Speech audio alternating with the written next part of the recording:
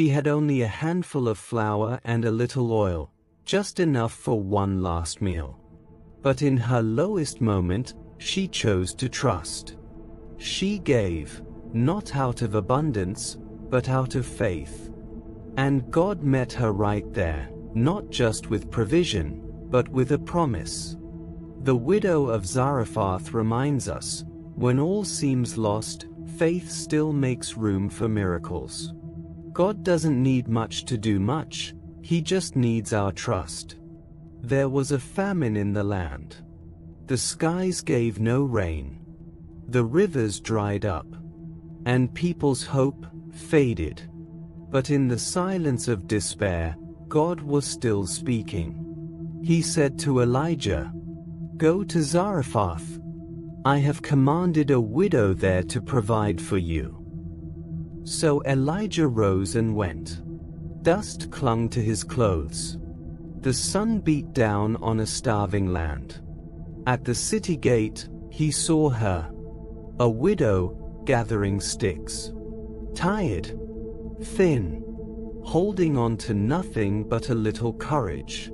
He called to her, "Please bring me a little water and a piece of bread." She turned slowly and said, "As surely as the Lord your God lives, I have no bread, only a handful of flour in a jar and a little oil in a jug. I'm gathering sticks so I may prepare a final meal for myself and my son. Then we will die." This was it. The end. But Elijah looked at her with peace and said, "Don't be afraid. Go and do as you said, but first make me a small cake. Then make some for you and your son. For this is what the Lord says. The jar of flour will not be used up, and the jug of oil will not run dry, until the Lord sends rain on the earth." She paused, tears in her eyes, fear in her hands. But still, she obeyed, and the miracle began. Day after day, the jar never emptied, the oil never dried.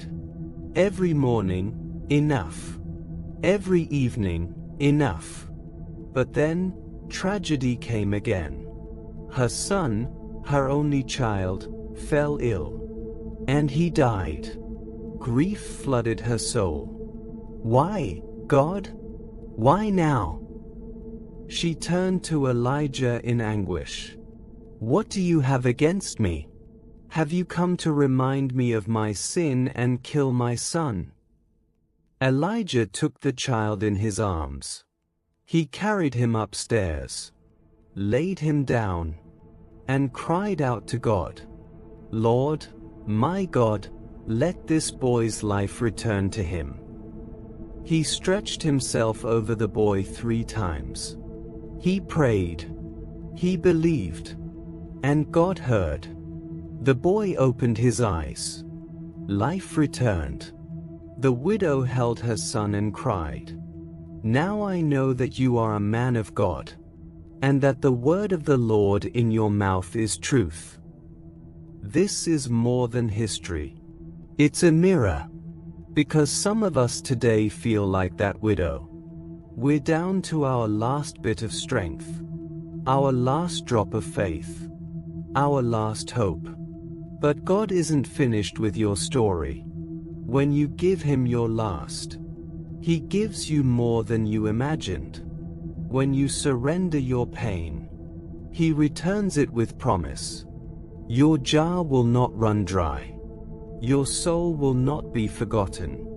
And in the upper room of your grief, God will breathe life again. Closing declaration. I am dwelling in the secret place of the Most High. I am abiding under the shadow of the Almighty. I will say of the Lord, He is my refuge and my fortress. My God, in Him will I trust.